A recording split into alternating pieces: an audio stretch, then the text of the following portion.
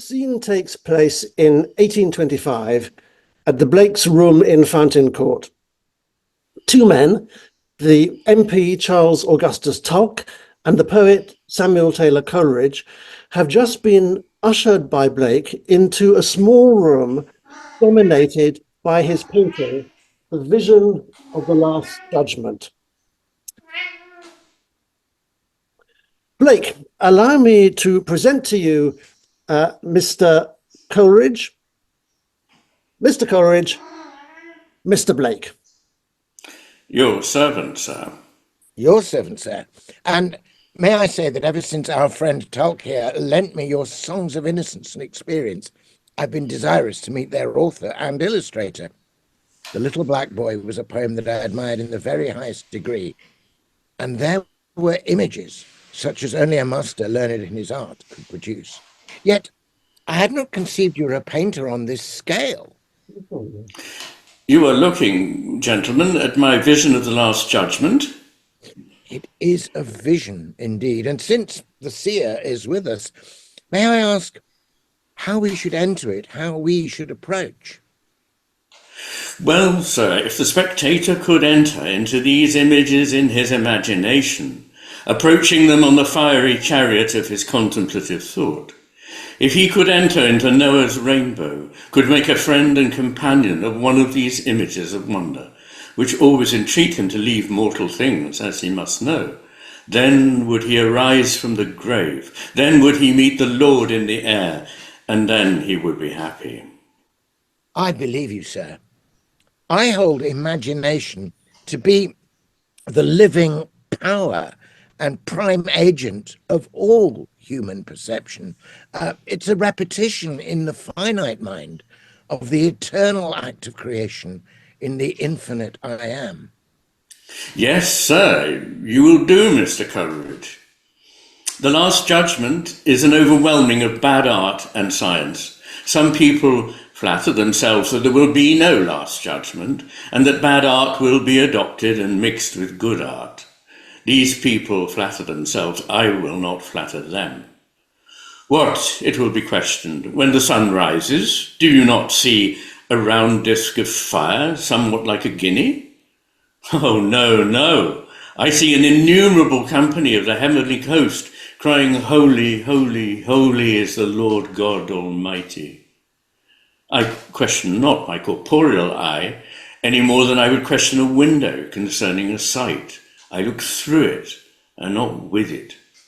I think I told you, Blake, of that letter that Coleridge sent me to demonstrate the hollowness and falsehood of the corpuscular theory and any other scheme of philosophy which commences with matter, under any disguise, substitutes the Lockean or Newtonian from God.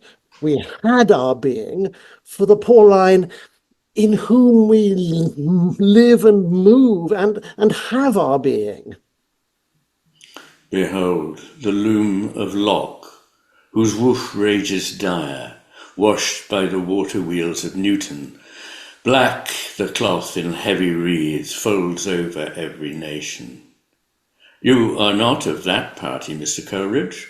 Oh, no. Be not afraid that I shall join the party of the, shall we call them the littlest. I believe that I shall delight you by the detection of their artifices. Now, Mr. Locke was the founder of this sect, himself a perfect literalist, and Newton has been, as it were, co-opted to it. So the more I understand of Sir Isaac Newton's works, the more boldly I dare utter to my own mind, and therefore to you, sir, that I believe the souls of 500 Sir Isaac Newtons would go to the making up of a Shakespeare or a Milton. I mean, as to Newton himself, I'm exceedingly delighted with the beauty and neatness of his experiments and with the accuracy of his immediate deductions.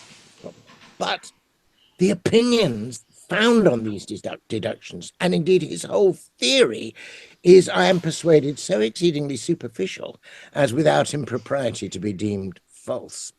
Newton was a mere materialist. Mind in his system is always passive. It's a lazy looker on an external world.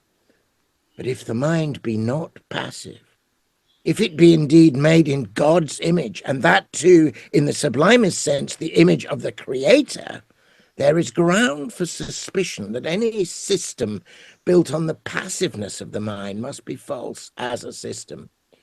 My opinion is this, that deep thinking is attainable only by a man of deep feeling, and that all truth is a species of revelation. At bottom, there really are only two starting points for thought. The reductive it is, or the conscious I am.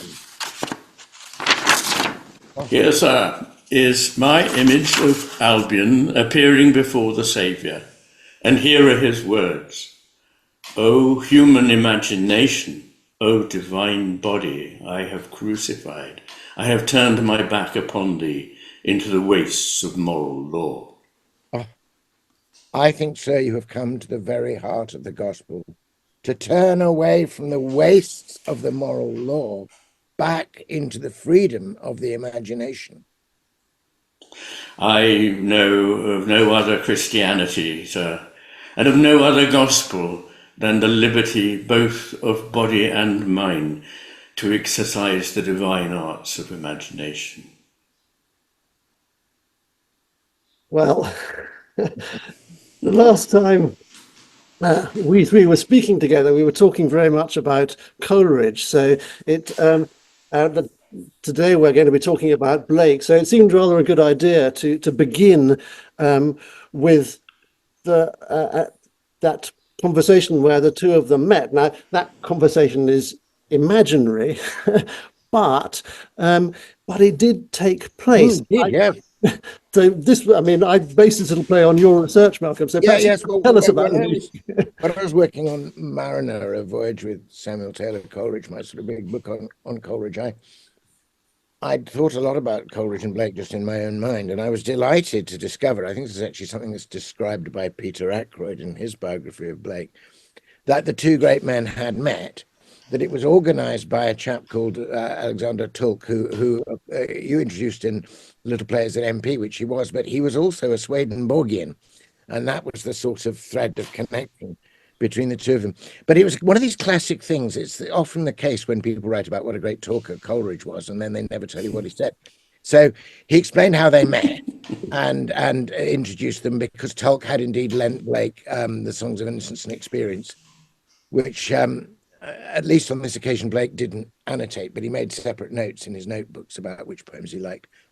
And then Tulk goes on to tell us that he had the two great men together in the evening. And then he has this wonderful piece of superlative, hyperbolic rhetoric. He says, I felt as though I were for a moment transported to that place where two planetary angels in their divine communication touch their feet for a moment on the surface of the earth, or something like that. But then he doesn't tell you what they said.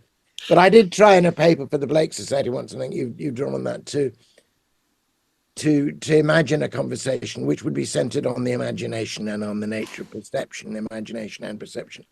But also, this is, I think, astonishing that, Blake speaks of Jesus as the imagination, and Coleridge speaks of the primary imagination as the repetition in the fine mind of the act of creation, which he's logocentric, so he sees, as it were, all things being uttered into being in the continuous present by the logos, and as it were, a kind of logos in here responding creatively to it, so that, as it were, the world shimmers into being at the meeting of these two in some degree co-creative minds. And that seems, I read that, we had bits of Coleridge as a background to literary criticism, but the mind-blowing implications of just that were never brought out in our lessons in the 70s. So I thought something needed saying, and it was remarkable. They had this confluence of thought without ever having been directly influenced by one another. And we do know that this picture was actually, well, not this picture. This was the one. This is a blown up version of the one that's in Petworth now, which he did for the Countess of Egremont. But he had done a bigger version for Thomas Butts. And we know that was in the studio there, and it is recorded, they did actually talk about it. So we don't know what they said, but actually this was the one picture that Blake actually explained in great detail. And And so, then that wonderful passage, that Ian as Blake read for us about what do you see? Do you see a round disc of fire somewhat the size of Guinea, or do you see the Holy of Holy? That tips me, Ian, to go right to the heart of a lot of the things that you said in Master and his Emissary, and are now saying in The Matter with Things. I mean, this relationship between imagination and perception. Yes, I mean, interestingly, the book I wrote is full of science, but the message I give is that science is exceptionally valuable, and so is reason. But none of these things can work without imagination. It is imagination, which, of course, as we know, is nothing whatever to do with fantasy, and in fact is contrasted as the opposite of fantasy by Coleridge, that fantasy takes you away from reality. But as Wordsworth and Coleridge saw, imagination is your only chance of getting Really? into reality. Yes. So that's very important. And I remember when I was an undergraduate sort of thinking, what's all this stuff about primary imagination, secondary imagination, a sort of slightly tedious distinction. But then I realized that this is, the secondary imagination is what we think of as imagination, that the poet, the painter brings into their work, or calls on in their work. But actually, the primary imagination is what gives rise to the world at all, to everything that we experience. And therefore, before we get too much into this, because I think this is going to be so fascinating. But I thought just going back on the imagination thing, that having imagined Coleridge's encounter with Blake, I thought it might be quite interesting to, before we sort of get into actually the thought of both of them and how we respond to that. It might be interesting just to begin by each of us describing our own encounters with Blake. How our responses to Blake have changed over the years and developed, and we've found all these different aspects to him which we've already talked about a little. So in a moment, I'll ask Ian and then Malcolm, perhaps if you could both describe how your kind of responses to Blake have developed over the years. But I thought I'd begin at the shallow end, as it were, because my engagement with Blake was certainly not with his thought. And in fact, it certainly began almost entirely with his pictures. I mean, I think, like many people, I certainly had come across his poems as a child, and I think The Tiger was probably the first poem that I remember actually ever being introduced to. I don't think I had any idea at all what it was about, but the sound of it was just gripped me. I thought that was wonderful. But it was much later, really, when I came across. I think in my father's bookshelves there was a very old facsimile of The Marriage of Heaven and Hell. Which I was just fascinated by. I mean, just the way that the images really relate to the text, the way the images almost seem to kind of flame out of the text, just seemed to me extraordinary. I mean, I've always loved the way in Chinese and Japanese culture that poetry and pictures just seem to sort of flow together. But that happens very rarely in the West, partly because the text, whereas calligraphy is a kind of uniting thing. It's much more difficult to do that in Western calligraphy. But Blake somehow seemed to manage, and it was an extraordinary achievement. And so when I, as an undergraduate, we started doing the Romantics, I immediately gravitated to Blake. I remember the wonderful, it was a Trianon Press version of the songs in Innocent and Experience, which again was a sort of facsimile, and so you had the images and the text Yes. put together. Um, Brilliant. but then I started on Geoffrey Keynes's sort of magnificent sort of complete writings of Blake, and I came to a full stop at that point. I knew if I was going to write about Blake, I would have to make my way through the prophetic books, but at the time I found them completely incomprehensible. They're far worse than Finnegan's Wake or anything like that. There were all these, this cast of characters of Urizen and Albion and Enithamion and Schofield and Hyde and who they all were, never explained. And so I rather sort of sidestepped into sort of Coleridge and Keats and Shelley. But for all that, I found that Blake was someone I just couldn't get away from. And so when after Oxford, I became a student at the Royal Academy schools. I remember being told that the life class there had been, the furniture for it had been brought from Somerset House, and that we were told that Turner had sat there and Constable there and Blake there, and I'm sure that was completely untrue. But it did sort of give you a sort of extraordinary sort of sense of, and they were all there within years of one another, and we know of conversations between Constable and Blake. But just by the door when you came in, there was this it's a sort of rather fragmentary part of the Laocoon, which I think must have been the actual plaster cast that Blake did a drawing of when he came back to the schools, having been a sort of student there. And you can see at the bottom it says this drawing was made by William Blake at the Royal Academy. And he then, as it was his way, he kind of decorated it with all kinds of his own sort of commentary, as indeed he did with the discourses of Joshua Reynolds, which the students had to sort of sit through every year. And you can imagine him and his brother Robert sort of sitting in the back row and making rude comments about what was going on.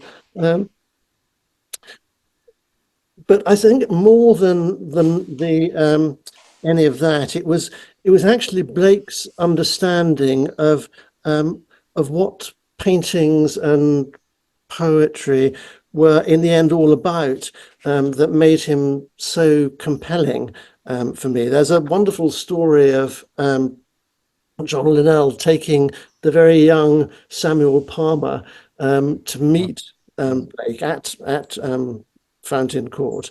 And Blake, in what my friend Pico R the other day described as the ultimate job interview, he asked Palmer, "Do you work in fear and trembling?" And when Palmer says yes, he says, "You'll do," which I love. And he showed him this little this sheet of wood engravings he'd been doing to illustrate Virgil, and it was something that seemed to ignite something in Palmer, which was already there, but somehow it sort of fanned it into flame. And I mean, it was in a sense the way that Blake was both a part of, but also apart from the art world of his day, the way he kind of saw his work as not just a career, but a kind of spiritual calling, that made him so impressive to me, that in a way he continued the tradition of illuminated manuscripts from the medieval world, but he gave it this prophetic dimension that brought it into the contemporary world. So, I mean, as an undergraduate, I'm not a visionary like Blake, but I had this kind of vision of angels in a cornfield. I spent years and years trying to paint it. And this was when I eventually succeeded in making this big painting. It was only after that that I discovered that Blake, when he was a child, had seen a vision of angels reaping in a cornfield at Peckham, and even later than that, my mother discovered at the back of a bookcase, um, extraordinarily, we had no idea where it came from, this little calling card that Blake did for who was his friend at the academy, George Cumberland, who was a friend all his life. And this was the very last thing that he ever engraved. And it has his age. He put it because it's an extraordinary, it's a tiny little thing, and it is a reaping angel.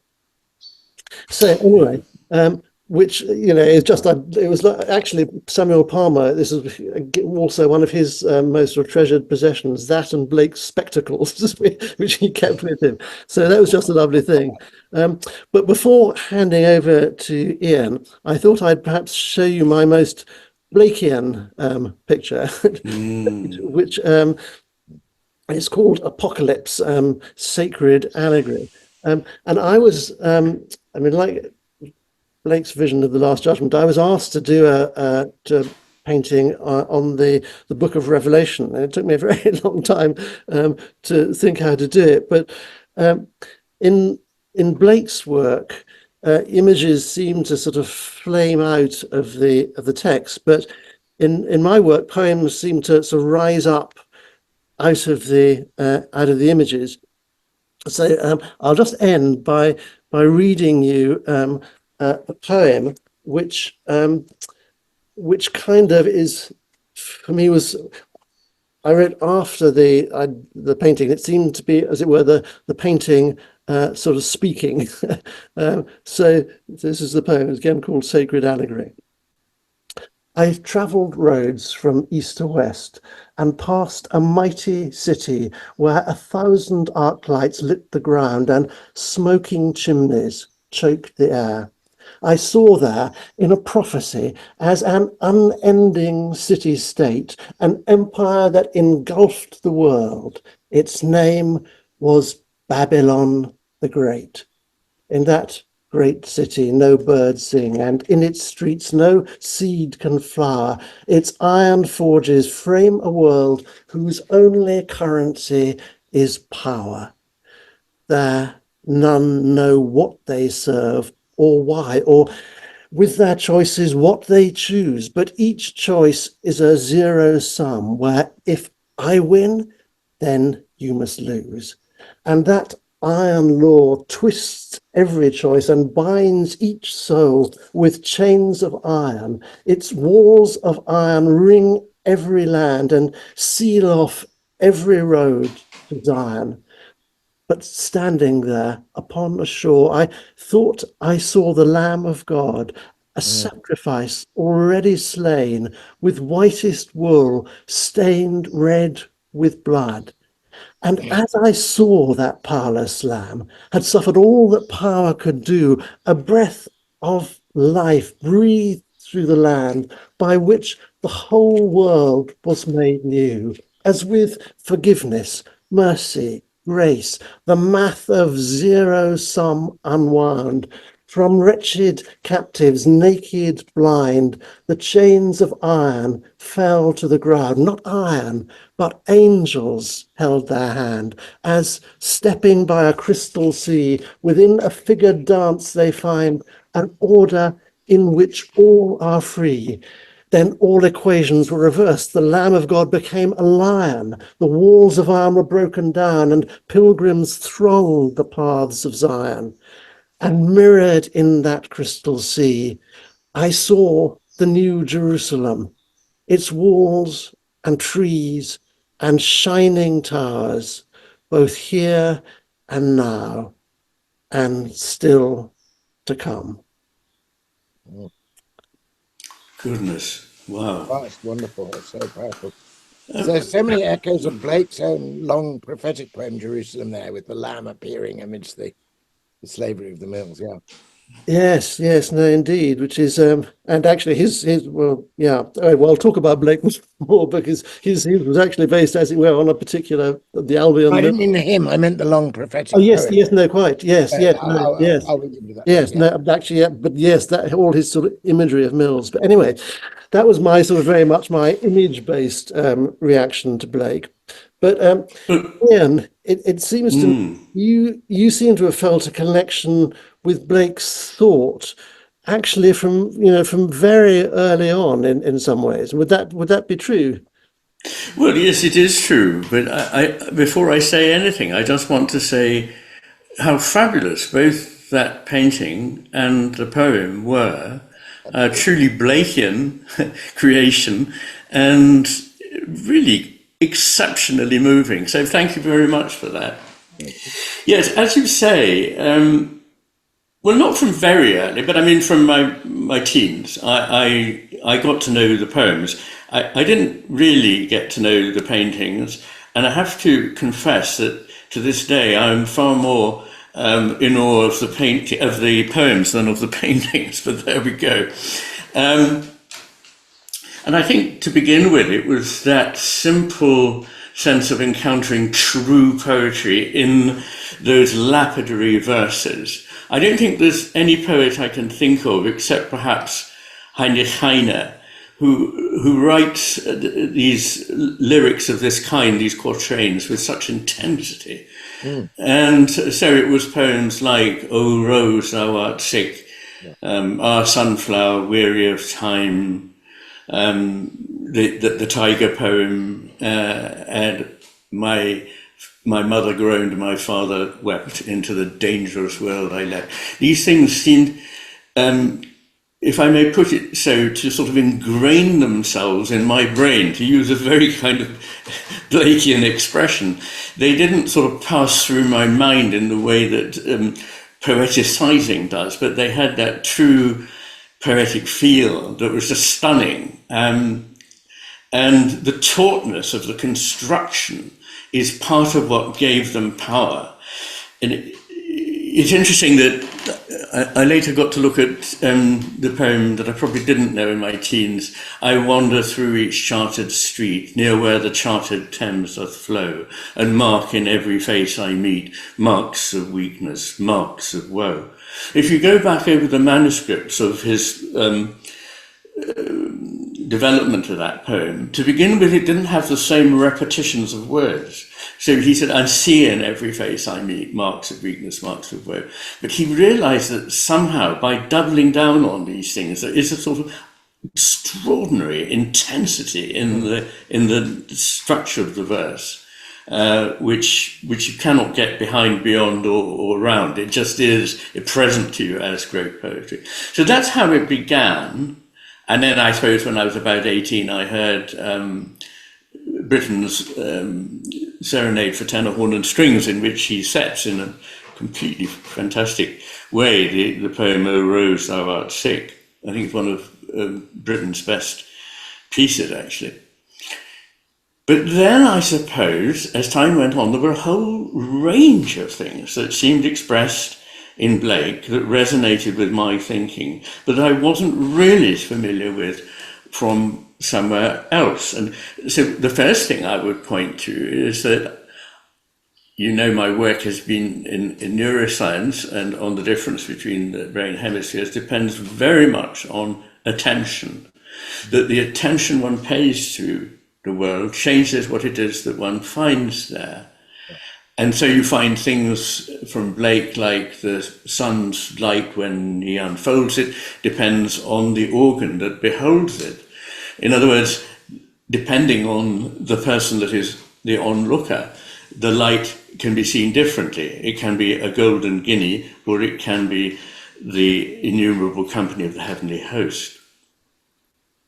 And probably the most succinct expression of this is, the fool sees not the same tree a wise man sees.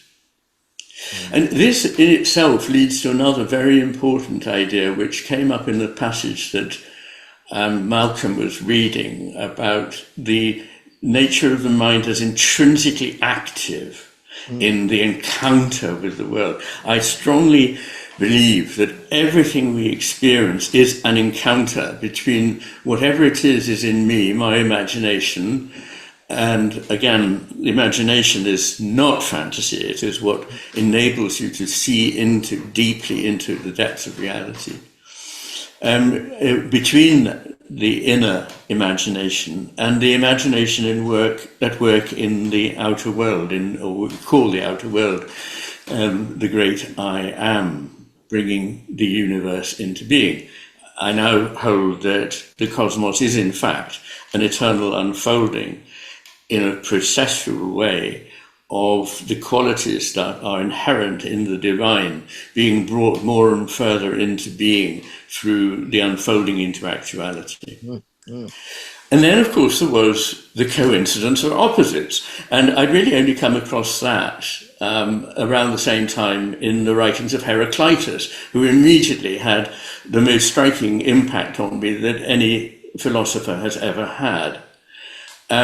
And you see this throughout Blake, that the two things that you think of as opposites are somehow brought together.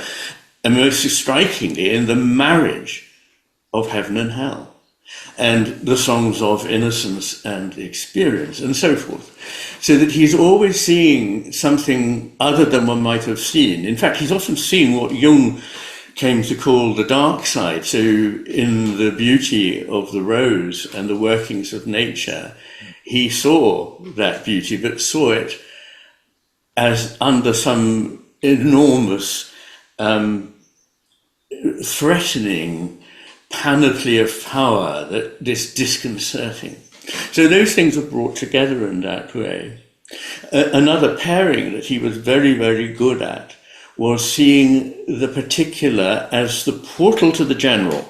So you didn't just stop at the particular, you took in the particular for all it was. You didn't just go off, as he criticizes,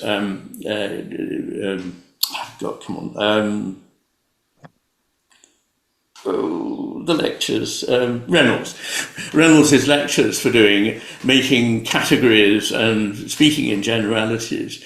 But he, like nobody really more than Goethe,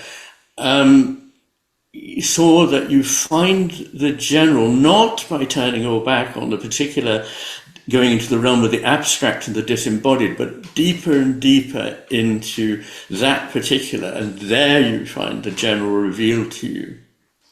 So this also links with something else, which has been always very important to me, and is another hemisphere difference between the right and the left. So, for example, the attentional difference is a hemisphere difference. The coincidence of opposites, which can be understood in the right hemisphere, just seems like nonsense to the left hemisphere. This idea of being able to see the particular as the portal to the general, rather than the general as something you find by excluding the particular, that is a right-left difference. And the ability to see the implicit is very strongly a right hemisphere faculty. The left hemisphere tends to see things only when they're explicit, and Blake often refers to this and says somewhere, that which can be made explicit to the idiot is not worth my care. So he spoke to me about that, and then he spoke to me about infinity and eternity. These are words that come up very, very often in Blake, infinite and eternal.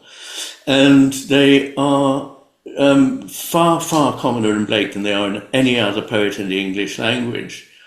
And they obviously have a very special meaning because, for example, he speaks of, if I can get this right, infinite shores of Thames along to Verulam. And when one thinks of the shores of the rather muddy Thames on the 25-mile meander to St Albans, one clearly is not talking about infinity as an extraordinary extent, but as a change in nature, that the infinite, the infinite spires he talks of in London, it's to speak of something awful, awe-inspiring, something that puts one in touch with the eternal. And he saw that, truly seen, if we could see with the eye of the imagination, we should see that all that exists is in fact eternal. Yeah. This also links with the sacred, the way in which the sacred was very important to Blake. He said that everything to the eye of imagination lives, and he said that all that lives is holy. In other words, that everything is holy, even though obviously there are things that seem very dark in their holiness. He had very important things to say about reason and intuition, another thing I've written about at great length. We need the power of reason. I respect it very much. If we do away with reason, we're rudderless. And yet we must be allowed to go beyond reason, because reason is very great within its sphere, but there are certain things that are simply beyond it. I mean, very obviously, music is not irrational or counter-rational. It's simply supra-rational. Reason can't reach to explain it. So reason and intuition, he said in a very beautiful way. So he said that energy is the only life and is from the body. So once again, there's another thing here that is central to what I came to see as my philosophy, which is that the embodied is what is real, and that once we take things out of their embodiment, we have something that is essentially unreal. It doesn't mean that the body is all, but it means that the body, rightly seen, already is the vehicle for the spirit. And so he says, energy is the only life and is from the body, and reason is the boundary or outward circumference of energy. In other words, it draws its power only from being the restricting force on life and energy. And so these two things can work. As we heard, he admired the beauty and the immediate conclusions that Newton drew from his work, but he didn't see that as being the foundation for a philosophy of the cosmos. And then I'm sorry that you just a couple of other things that are enormously important. One is symmetry and asymmetry in Blake. I mean, the most famous poem of his probably is "A tiger, tiger, burning bright in the forest of the night." And in that, you see what immortal hand or eye could frame thy fearful symmetry, that there's something strange about symmetry. And he is often talking of left and right. He's often talking about a sort of division between parts of the brain. And again, he talks more of the brain than he does of the mind. The other romantic poets, Wordsworth, Coleridge, Keats, Shelley, talked a great deal of the mind and the imagination, but they hardly mentioned the brain. But Blake mentions the brain repeatedly. And so he alludes to these things. And at the very opening of his great prophetic book, Urizen, there stands a motto, which is the way of the right or of the left, I think. And there is a picture of the figure of Urizen writing, apparently, with both hands simultaneously on a text, and it appears that in his right hand, the tool of the left hemisphere, there is a pen, and in the left hand, that is the tool of the right hemisphere, I mean, he wouldn't necessarily have known all this, there is an engraving tool. And so at the start, you find him asking this question, which of course in my work has important meaning.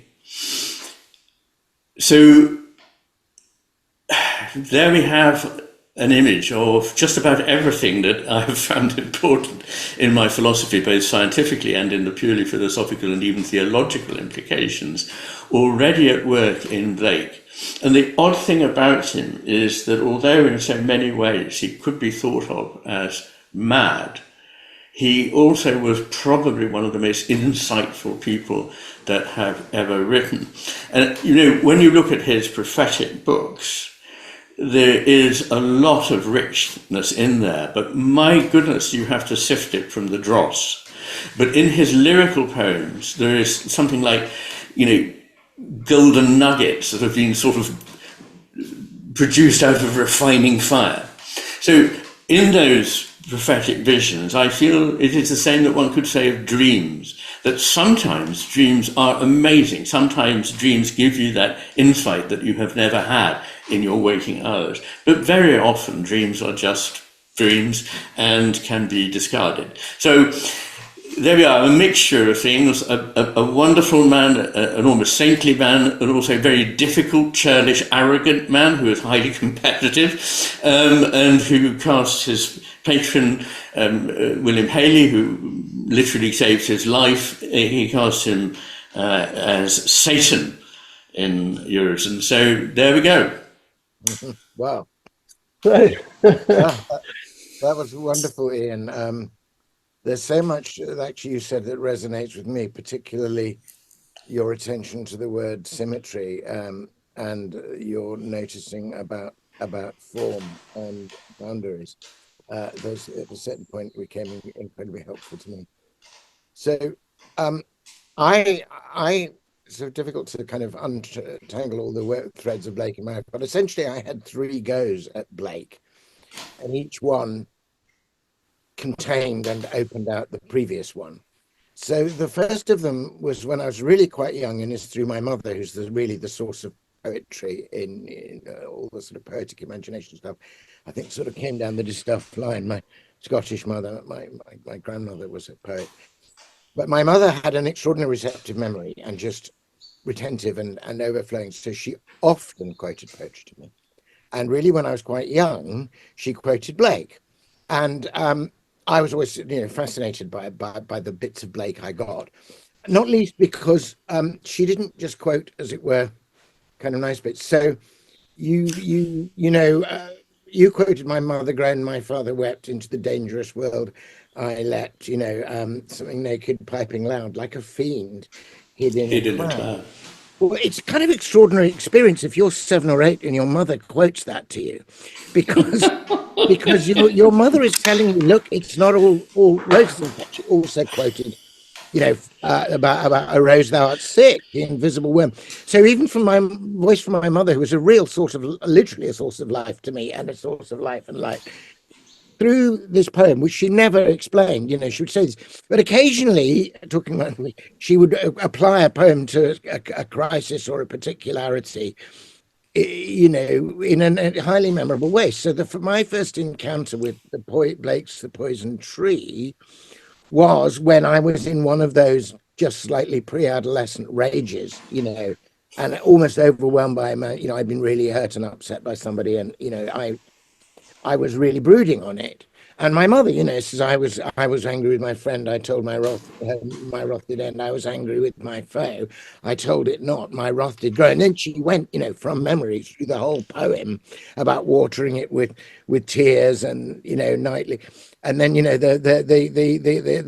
anger, the unspoken anger, growing into the poison tree. And, in the morning, glad I see my foe outstretched beneath the tree. So that was a kind of warning, as it were, about the power of wrath. I don't think she was just meaning to imply that to me personally, to give me a view of how the world worked. I mean, she also quoted, lots and lots of, the simply beautiful things. I had the tiger, obviously, and the lamb, and the chimney sweep. And I always rather liked, the lines, I think, is about a mother, dear mother. There's mothers and fathers always come into this a lot. Mother, dear mother, the church is cold, but the ale house is healthy and pleasant and warm. And besides, I can tell where I'm used well, And this was a slightly counterblast to my father. My father was a great man, but he was a very highly organized and disciplined person of strong Christian convictions. And so my mother would just occasionally sprinkle something else in, like the church is cold, but the air. Anyway, when I went on a scholarship to go up to Cambridge, my mother's present to me on going up to Cambridge was that beautiful Enid Thurman Press edition of the Songs of Innocence and Experience, described by her. And I think perhaps she thought something of my innocence, what was left of it, was about to go up and be both delighted and tried by experience kinds in Cambridge. So that was my first Blake. It's kind of primal and a lyrical expression of both beauty and dread in the whole circumstance of being alive. A very kind of suggestive and in some ways uncensored thing, which I owe to my mother. So when I came up to Cambridge, I had actually at that time lost the faith I was brought up with and was trying to take revenge on it with an obsession with the imminent frame, with we didn't have Dawkins in those days, but we had B.F. Skinner, who's a behaviorist, and essentially I was trying to say we really are. There is just a series of inane chemical reactions, and in a terrible and mocking irony, we've got this illusion of consciousness, we've got this absurd illusion of meaning. I was very much, insofar as I was anything, I was an existentialist. I was deeply soaked in both the French existentialists, but I was very soaked in Beckett. So anyway, I came up, but what I found was the experience of poetry kept challenging the reductivism. That all kinds of poetry, and I particularly my experience of the poetry of Keats was such that I couldn't I couldn't say this is no more than a chemical reaction. I couldn't reduce it to anyway, so poetry became my religion in that sense. I admitted the possibilities of the transcendent and the eternal, but only as mediated through the kindling of my imagination by poetry. Then Blake suddenly came back in a really powerful way. I mean, as I suppose was in a way inevitable. But the particular occasion that suddenly made me think, right, I really need to get seriously into Blake now, was a lecture. The great poet Geoffrey Hill came out. This we're talking about the late 70s now. Came up to Cambridge and gave 2 or 3 lectures on Blake. And I was sort of sitting eagerly in the front row. He just produced, I think, his sequence, his book Tenebrae, which I really admired. He's handling the sonnet for. So the first lecture, which was unforgettable, he started, you'll be pleased to know, apparently just talking about Blake as an artist, Roger, but he quoted a letter from Blake very early on, I think to his brother Robert, when he was learning the art of that art of engraving. And in the letter, Blake says that the most important line in any work is the bounding line. And Hill did this brilliant thing. He said bounding, binding was available to him, border was available to him. Why did Blake use the word bounding? And then he pointed out that bounding is one of that in small and interesting set of English words that are antonyms that both mean themselves and their opposite simultaneously, like cleave, for example. You cleave a thing in two, but a man leaves his mother and father and cleaves unto his wife. So he said bounding on the one hand, clearly in the one part of the context, he's talking about the line which will contain everything. But bounding has to have the sense of the energy, the bounding about, grace abounding to the chief of sinners. So he said that Blake reuses this word bounding, he says, in the letter, because he's going to go on in his art to show that the bounding line is quite precisely what causes the energy to be concentrated to a point where it can bound, paradoxically beyond the line that he's given it. And he then went straight from that to a beautiful close reading of the Tiger. And he said, look, a modern free verse poet would, who thought they were going to write a poem about a tiger, would somehow feel that that the poem had to be free in the sense that a wild tiger is free, and that when the tiger was rushing through the woods, there'd be a lot of long lines, and then when he leaped, there'd be a sort of leaping line. And he said this would be appalling because every extension, every repetition, every piling up of supposedly what you know of the tiger.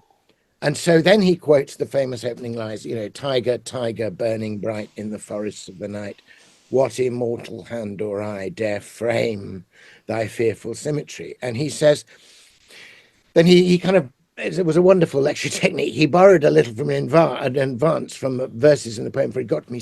He said, for Blake, the framing, the bounding are what concentrate the energy. And then he said they concentrate the energy in exactly the same way that the walls of a furnace concentrate the fire, that they press it in and make it more intense. And then, of course, in what furnace, he introduced the idea of the tiger being made in the furnace.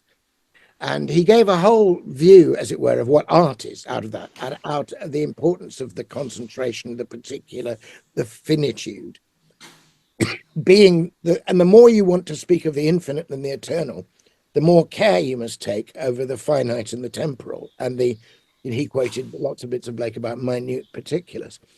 And then as a sort of coup de théâtre, I mean, I haven't followed up the research to know if this is true or not, but he said Blake's writing the tiger, not on a pencil where he can do lots of crossings out, but he's engraving it on this piece of copper. And the final question at the end of that poem, did he who made the lamb make thee? He said, well, Blake, copper's expensive stuff. So Blake had in the piece of copper on which he was inscribing the tiger was the same piece of copper on which, on the other side of the piece, he'd inscribed the lamb. Little lamb who made thee, dost thou know who made thee? It's wonderful. And they're both true, and they're both important, and they're two sides of the same thing. So as you can imagine, my jaw was on the floor, by the end of this lecture. And I really thought, golly, well, it was simply setting aside anything else. It was decisive for me in terms of my vocation as a poet, that I suddenly saw that I was a person who loved form and could use it, and that my poems were going to be sonnets and villanelles and sestinas, and I was going to delight in the boundaries I set myself and the finitude of poems. So it was hugely important. So at the same time that lecture was happening, I was trying to do some serious thinking about by that time really I finished casting off my bondage to the party of the Littlest, the Newtons and the Locks, and at the same time I was really got serious about Coleridge's Biographia Literaria and looking at the philosophy of that, as it were, I think essentially a theology of the imagination. So the result of that was that I ceased to be a rigid atheist, and I became an agnostic who was not only open to, but in a sense seeking precisely those moments in which the eternal touches the temporal, and the place in which I found them was art and poetry and music. Now, in fact, I didn't stay at that. I thought, well, there's got to be, I need to think this through further. And eventually, in my final year, I became a Christian because I saw the incarnation as the absolutely prime, not simply prime example, but I thought in the end, the founding event from which all the other possible kinds of incarnation flow. And I began to realize that my favorite account of poetry itself, which was Shakespeare's account in Midsummer Night's Dream, as imagination bodies forth the form of things unknown, the poet's pen turns them to shapes and gives to airy nothing a local habitation and a name. All those things flowed together and made sense of the incarnation. So I emerged as a Christian, but a Christian with a strong theology of imagination. So then my third go was later, when, having gone off and had a lot of just ordinary parish experience, I felt called back into academia and came back to Cambridge as a chaplain and by a fellow of my college, and began to do a little bit of supervising of students in both English and theology, and realized how little theology anybody had who was doing English and the need for that. But I felt I'd like to write a book which was called Faith, Hope and Poetry, Theology and the Poetic Imagination. And my main source, I was trying to articulate a theology of imagination, but I was particularly trying to defend the imagination as a truth-bearing faculty, but very much complementary to reason. That it wasn't that these were the two eyes with which we'd just been squinting at the world, as it were, through one eye. And I mean, I think it was Lin Yutang, the Chinese philosopher, who said, any system of thought is a squint at reality, and the more rigid the system, the worse the squint. But anyway, I wanted to redress a balance. I was very influenced by Heaney's great collection of essays, The Redress of Poetry. And so it would have been obvious to write about Blake then, but by that time I'd gone past the I'm delighted in everything by Blake stage into the I have no idea what's going on here. I really don't understand this. I balked it. I actually left Blake out of that book, but I kept reading him. I was at Girton by that time, where of course Kathleen Raine had been a fellow, and I absorbed her 2 volumes on Blake and the tradition, which I found incredibly helpful. That I realized that there was a whole current of seeing things which Blake was part of. He wasn't simply the isolated genius. I mean, so that was very helpful. So eventually, when I came to write what I hoped would be a more succinct and popular version of the kind of things I was saying about the imagination theologically, which by this time it was very much the logos in us, has always been understood by a certain school of theology as reason, but actually it is also imagination. So I out of some lectures, I wrote a book called Lifting the Veil. And in order to do that, I thought, okay, now I am going to dare to take Blake on, as it were, and try and do that. And the poem I found myself drawn to, I like you, Roger. I thought, oh golly, I can't cope with the prophetic poems. You know, I was deeply absorbed in the Songs of Innocence experience, and also the Auguries of Innocence, which I return to again. And of course, that has exactly that paradox about infinity in a grain of sand and eternity in an hour. But it also has so many other, a horse misused upon the road cries out to heaven for human blood. Yeah, that's pretty powerful. So I took a deep dive into Jerusalem, the emanation of the giant Albion, the prophetic poem, and I wrote about that. And there's an extraordinary moment in that. I don't know if we can have, Roger, you've got some images. Yeah, Can we just have the image of the door first, of the frontispiece? Yeah, this is one of the, I mean, he colored them in different ways, but I thought this is just a perfect image for entering into Blake at all. And it made me reflect that it's very interesting that Blake famously says, I think it's in the measure about, that we need to cleanse the doors of perception. And the question arises, why not the windows of perception? Why the doors? That habit of asking why this word and not that word was a habit I got in combination from Geoffrey Hill and Christopher Ricks, always examine the particular word. And of course, a window you can only look out of. A window by its very nature is a kind of immanent frame. It is literally. Whereas a door, to know a door for what it is, you need to walk through it. Later, George MacDonald, who was also a writer, a massive influence on writers I like Lewis and Tolkien, but himself very much influenced by Blake, he used that door, actually entry into the graven gate of death. Entry into. Do you have the yeah, that's George MacDonald's book plate. But of course, that's also age going into, the apparent extinction and then the joy of the kind of resurrected spirit.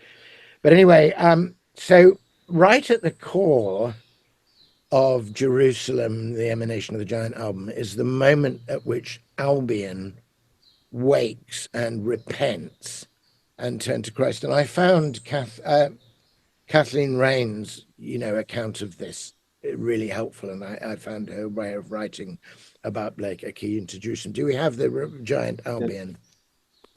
Yeah. So this is the point at which the words Blake has for this picture are Albion, who on the one hand represents England, obviously, but also represents, if you like, fallen humanity, and particularly the humanity that's been crippled and bound by the false view of reality, which is the kind of Newton, Locke, Hume way of seeing things. He wakes up from that. In the poem, Albion is asleep and he's having, as it were, a series of nightmares. The nightmares are British history. The nightmares are precisely what's happening in the outer world. But here, Albion, I mean, first of all, talking about symmetry, I mean, the relation between Christ and Albion, Christ and Albion set in terms of gesture and so on. Albion is saying to Christ at this moment, "O human imagination, O divine body."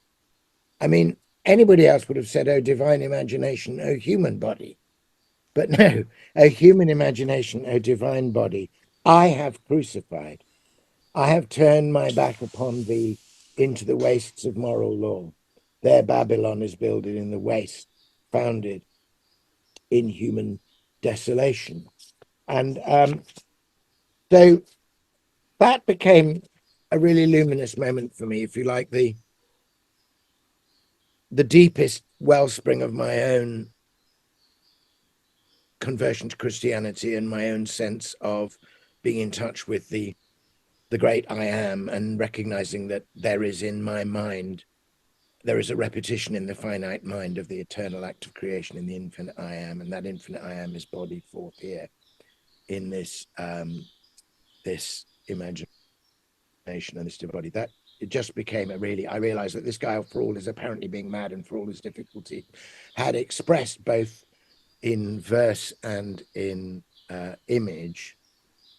He'd actually literally bodied forth the form of things unknown and turned them to shapes and given to a kind of airy nothing, or what might have been dismissed by others as an airy nothing, a local habitation and a name.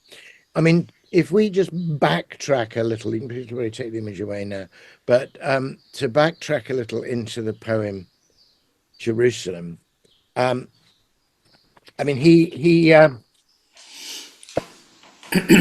starts the poem. You may remember there's a prelude. It says, "Trembling, I sit there and night. My friends are astonished at me." I think they were as well, But what is he trying to do? I rest not from my great task to open the eternal word, to open the immortal eyes of man inwards into eternity, ever expanding in the bosom of God, the human imagination. And then Blake, long before Albion in the poem awakens and turns to the Savior, Blake does at the beginning. He directly addresses Christ. He says, "O Savior, pour upon me thy spirit of meekness and love. Annihilate the self-helphood in me. Be thou in me. Be thou all my life." So that became really important to me because I noticed that Christians were ignoring Blake. Blake had been left to, New Age adepts and essentially certainly anti-clerical, if not anti-clerical. I mean, obviously plenty for anti-clericalism in Blake. I mean, my mother also quoted to me, priests in black gowns were walking their rounds and binding with briars my joys and desires. But here I thought he was doing something absolutely central. So what does he see after he's asked Christ to clarify his vision? He sees humanity in a deadly sleep. And he sees the task of waking up Albion, and in Albion, humanity. And then he particularly looked at the form of the bondage. And this was, you can imagine me kind of having come back to Cambridge a third time, when he says in Jerusalem, "I turn my eyes to the schools and universities of Europe, and there behold the loom of Locke, whose woof rages die, washed by the water wheels of Newton, black the cloth in heavy folds over every nation. And that extraordinary image, cruel works of many wheels I view, wheel without wheel, the cogs tyrannic moving by compulsion each other, not as those in Eden, which wheel within wheel, in freedom revolve." So there was a whole thing about mechanistic determinism there being set aside and this kind of inner freedom evolving, but still interconnected, like wheels are interconnected. And that, exploring that, really firmed my resolve, as it were, to keep trying to articulate a distinctively Christian theology of the imagination, and particularly to draw the attention of the church to it. I mean, I feel my own church at the moment, apart from being involved in kind of abuses that Blake cried out against all the time, it's also mired in a kind of mechanistic managerialism. And so I thought, when in his address to the Christians within the poem Jerusalem, the emanation of giant Albion, he says to the Christians, he says, "I know of no other Christianity than the liberty to exercise, the divine imagination in the arts." So that meant that the two other episodes of Blake, the sort of strange insights into the ambivalences of life that my mother vouchsafed me. Sorry for the jet plane flying overhead. And then the insights into the very nature of art, which Geoffrey Hill had drawn my attention to, now came at a much deeper level of theological integration, as it were. And most of the original book, the Faith Open Poetry book, was drawn on Coleridge. But I asked, as it were, in my mind, Blake to be the presiding genius over this shorter book, this more recent one, Lifting the Veil. And that was when I discovered how closely the thought of Blake and Coleridge complemented one another.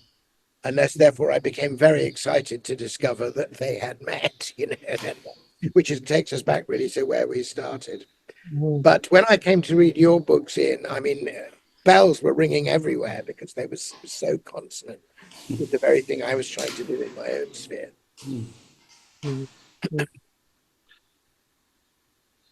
Yeah, I mean, there's so much kind of. It's really interesting to hear these sort of different perspectives on Blake, because he was.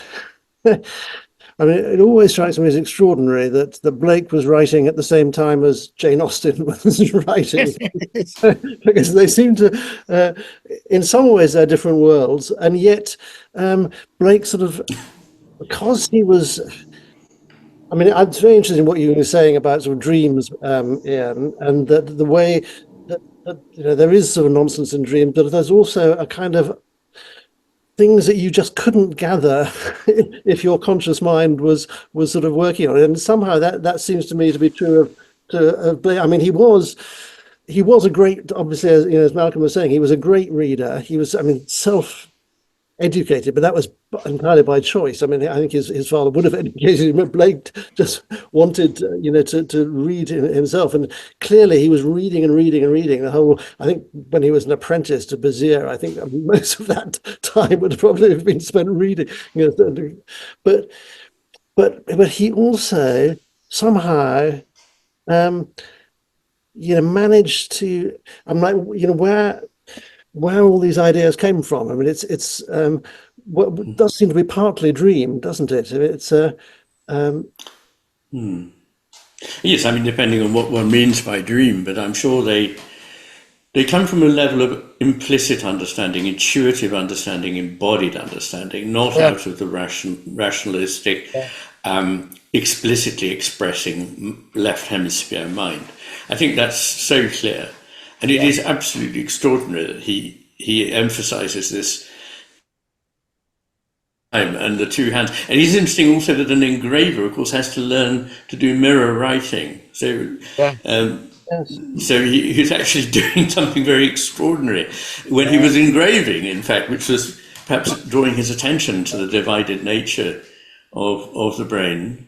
But I think his emphasis on the importance of the imagination is as one with Wordsworth, Coleridge, Keats, and Shelley, and so on. But he's a single voice. I mean, it's no good saying, well, you could have found it in any of those poets. You couldn't. No. But the fact that, I mean, almost to use a scientific emblem, as it were, I felt like it was almost like a controlled experiment, that I could find this argued for in a highly philosophical way in Coleridge. And then I could go over to Blake and find that by an entirely different method and approach, he had come to the same conclusion. And that in my own way, inwardly, in my struggle, to integrate reason and imagination in my own life, I'd come to the same conclusion. So it was, there was a sense in which I think Blake is a really important. He's one of the instruments by which we as humanity can observe what is the case. I mean, Coleridge says, that the purpose of poetry that he and Wordsworth had in mind when they were writing lyrical ballads was, I quote Coleridge now, to awaken the mind's attention, to remove the film of familiarity which our selfishness and solicitude had cast over the world, so that because of which we have eyes that see not, ears that hear not, and hearts that neither feel nor understand. So one of the things that was most exciting for me was that, the way I was taught about the Romantics was entirely within a framework of Cartesian dualism, whereby everything out there is just stuff. It's res extensa. It's just material stuff. It has no meaning. Meaning is something we brew up privately and subjectively, in inverted commas, inside ourselves, but it has no purchase, as it were, on reality. I was brought up with that too, and therefore made to feel that, I was, all I was doing was making pretty pictures inside my head to compensate for the grim reality of meaningless stuff. Yes. What I got first from Coleridge and then from Blake was the realization that is not the case at all, that soul and meaning and indeed consciousness are not islanded absurdly in the concavity of my skull for some unknown reason, but that there is a great I am as well as a little I am. And one of the phrases, I think it's in Marriage of Heaven and Hell, I can't remember. One of you will know where it's from, where Blake says, and this had the effect on me very much as like a Zen koan, where somebody sat at one hand clapping. Blake says, the five senses are the chief inlets of soul in this present age. And suddenly soul was there. And the real problem was how to get soul into my body rather than soul being in here and dead stuff being out there. To speak of the senses of inlets of soul, that was a complete reversal of the entire Yes. way I was brought up. And it came to Well, me as literally as Evangelium, as good news, And I was hugely excited when I read just that one phrase. I thought, oh God, he's right. That's fantastic. That makes life much more worth living, just that. it does seem to me extraordinary that you describe this Cartesian way in which it was presented. I suppose I was lucky enough to be guided by people who really knew how to read Wordsworth. And it's all there in Wordsworth. I mean, there is nobody in the world who has written more wonderfully about the fact that value, imagination, and meaning are there in the world, and that we contact them. So, I mean, yes, Blake manages to say some paradoxical sounding things which make you sit up and think, "Oh, good." Yeah. I mean, the inlets I love as well, but it is part of the whole thing that we've lost now. This is why the Romantics are so important for us to rediscover that there is meaning, value. There is purpose, there is direction, there is something sacred that is in the world. We don't make it all up. Exactly. That's that. Well, I think there's a program. I mean, an idea, as it were, an agenda that a lot of the writers and artists I admire and the thinkers I admire will, the phrase they'll use, they'll talk about the re-enchantment of nature, and I get that. But the more and more, I think it's not in our power, and we don't actually need to re-enchant nature. Nature is, in fact, already enchanted. Of course. What we have to do is we have to kind of, if I can coin a terrible word, we have to undisenchant ourselves. in order This comes back to the idea of the senses, but also very much more than that, the ways in which we either close off or open ourselves to what is already there. So I see all this as there, not needing to be put back in place by us. What needs to be done is that we stop blocking access. And that's the cleansing of the doors, or whatever you like to call it. But, the first whole part of the matter with things is looking at the ways in which we get to have knowledge of anything in the world before we even start working on it to make sense of what the world is like. And, I talk about attention, perception, judgment, intelligence, both cognitive and emotional and social, and creativity, all things the right hemisphere is better at, and all things the way of the right hemisphere is something we have been systematically educated to ignore. So for about 150 years, it's only been exceptional people who were able still to keep in touch with these things. And so if you don't use a faculty, it atrophies. And we have atrophied the faculties that other peoples in other cultures that we call primitive, they still say they can see things at a distance, that they can hear the voices of the ancestors. And we think, yeah, very nice phrases. But we don't know what it is that they hear and experience. Yeah, because they have used these things, whereas we have atrophied them. Yeah, the person who says just that in other ways, also influenced by Coleridge and Goethe, is Owen Barfield, the great of Lewis, who persuaded, and he has this notion of original participation. Yes, originary. Yes. Yes. Really see what he sees as our, and I think it's very arguable that a lot of that kind of what the Canadians would call First Nations people or Indigenous people still retain that earlier participative mode of consciousness. Yeah. And I think, I mean, I've been so interested by, because we think of this as a kind of slightly sort of woo-woo sort of idea, but actually it's really quite sort of concrete. It was you who put me on, Ian, to Michael Levin, is that right? Yes, Well, yes. he has this wonderful parable, which I just thought was just brilliant. It was a two neurons in the brain. He imagines them talking to one another. And one is a kind of mystical neuron, and the other is a kind of rationalist neuron.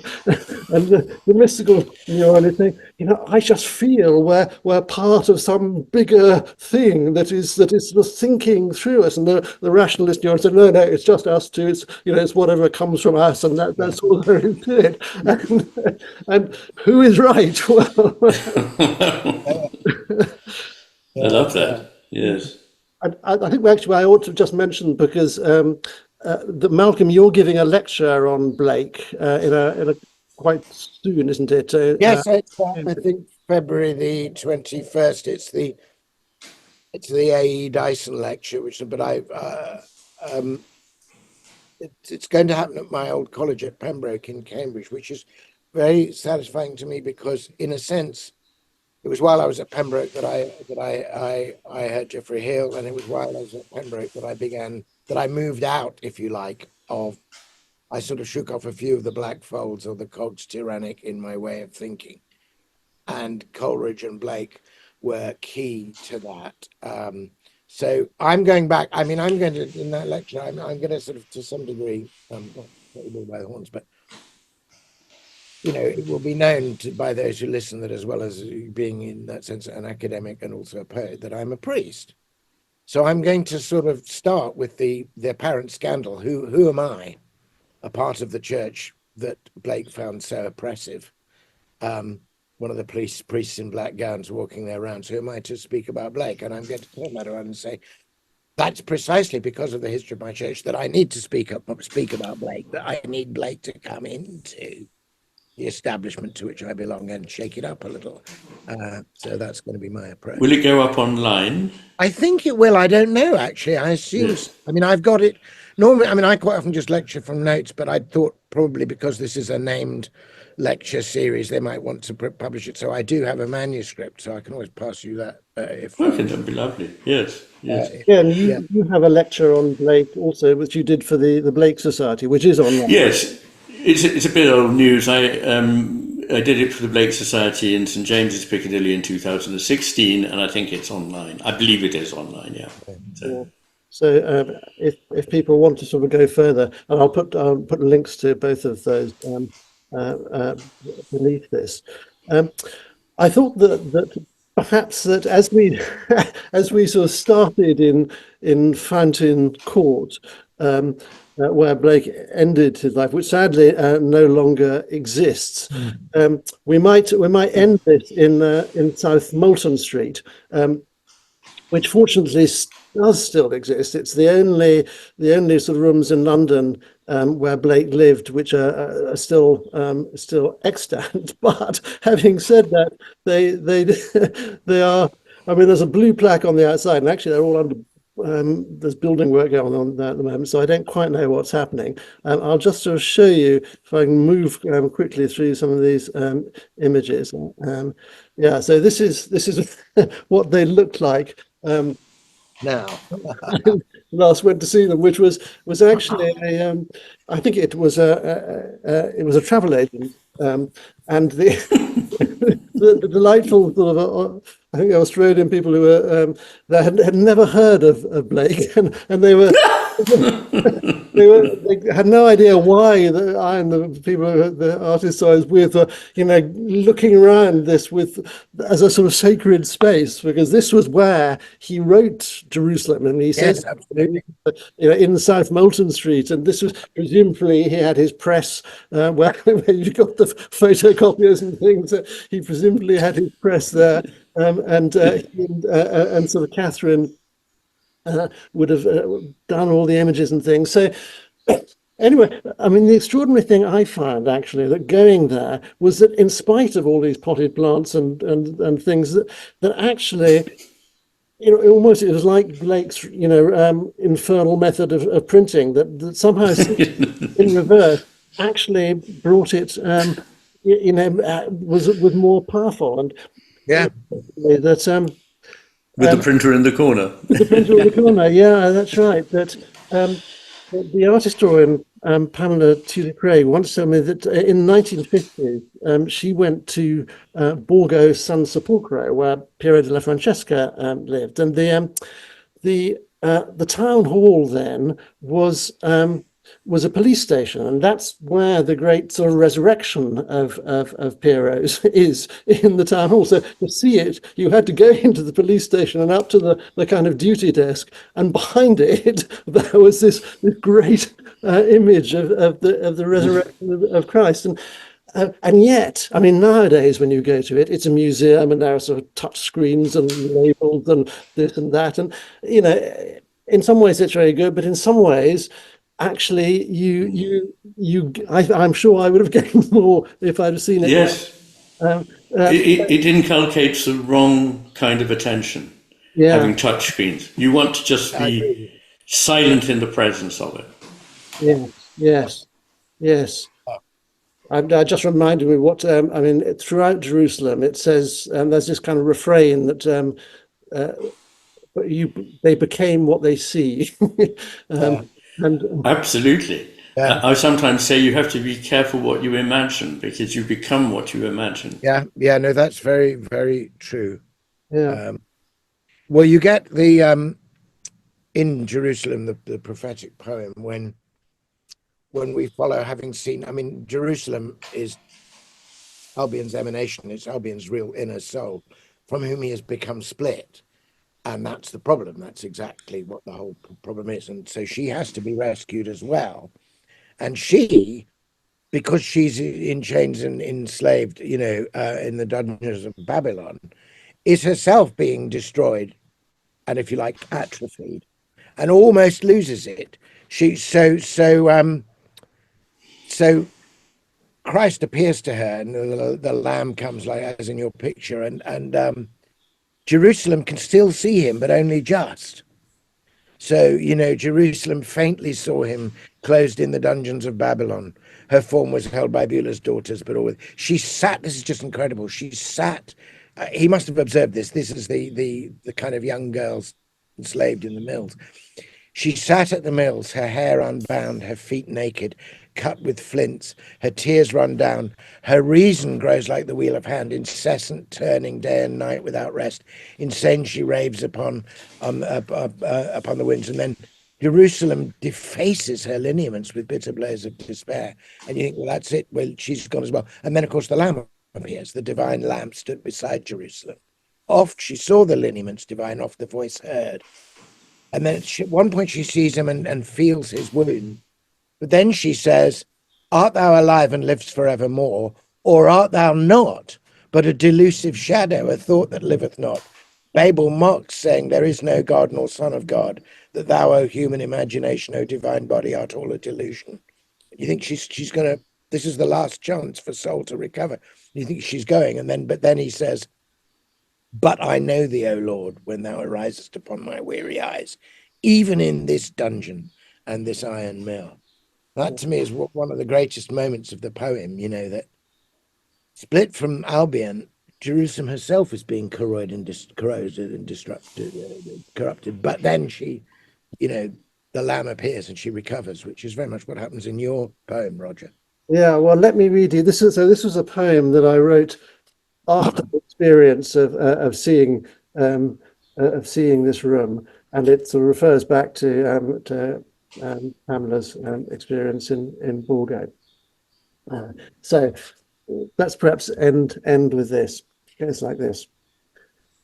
When Pamela saw Christ's resurrection above the duty sergeant's head, she felt a force of metaphor beyond whatever might be read on labels that curators write to tell the eye what it should see, a force that bends the bars of thought to set imagination free.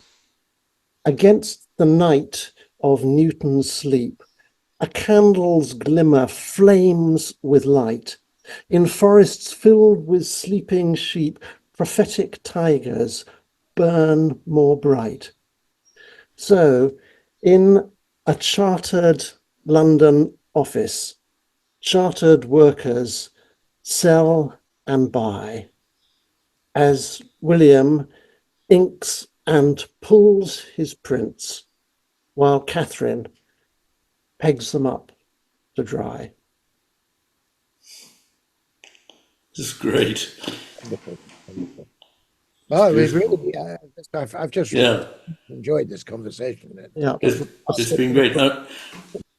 In conclusion, I'd just like to draw attention to two remarkable images of Blake's. Can we look at those, Roger?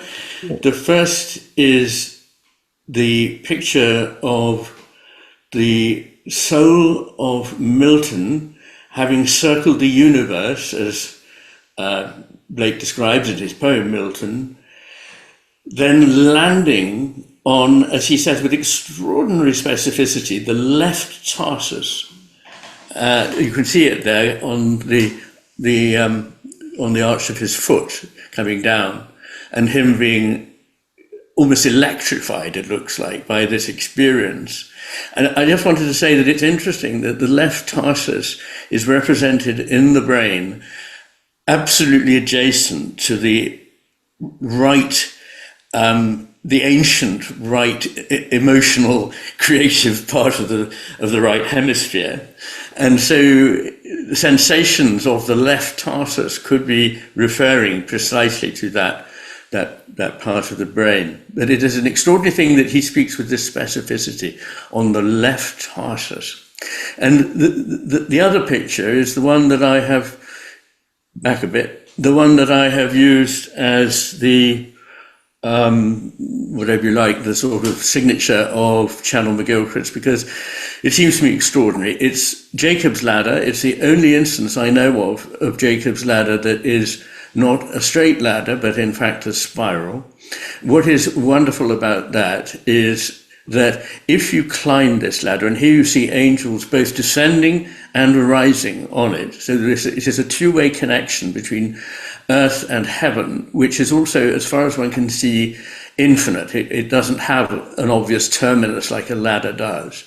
And as the soul walks up on this path towards heaven, the soul comes back in the return of the loop to somewhere that they had been before, or thought they had been before, and as Eliot says, know it for the first time, except that it's not in Eliot's image of returning to the same point, as in a circle, but as in a spiral, returning to the point that is, as it were, cognate with it, but is on a higher level, and seeing down to where you thought you knew something to what you now know. And this is an ongoing, eternal process of the creation of the human soul. Oh, yeah, that's wonderful. I also, Ian, I have that as the cover of my book, Lifting the Bell. The thing we didn't mention this, but towards the end of his life, commissioned, by the Palmer's friends, Little, I think, Blake did illustrations for Dante. And Yes. this notion of the, as it were, the virtuous spiral as an answer to the vicious circle is completely Dantean. So the Purgatorio, in hell, they're going around in circles and they're just getting deeper into the pit. But in Purgatorio, they're going around in circles the other direction, interestingly. And they keep coming back to things, but it's higher each time. Yes, yes. Yes. There we are. I was just trying to find, actually, because Blake does talk when he's going to Felpham, which is, he imagines sort of kind of going to paradise and we're going to Felpham, and he talks actually on the journey of imagining the Jacob's ladder as a spiral coming down onto Haley's house, which had a little turret on it. Which I don't know whether that was where when he got the image, but certainly actually it was. Yeah. He clearly had an experience at Felpham where he saw Milton descending on him, and so his a lot of his sort of his imagery and his inspiration sort of came from these kind of visionary experiences, which were obviously a part of his life. And well, like God looking in through the landing window in his house in Peckham Rye. Yes, yes, and set him screaming. Yes.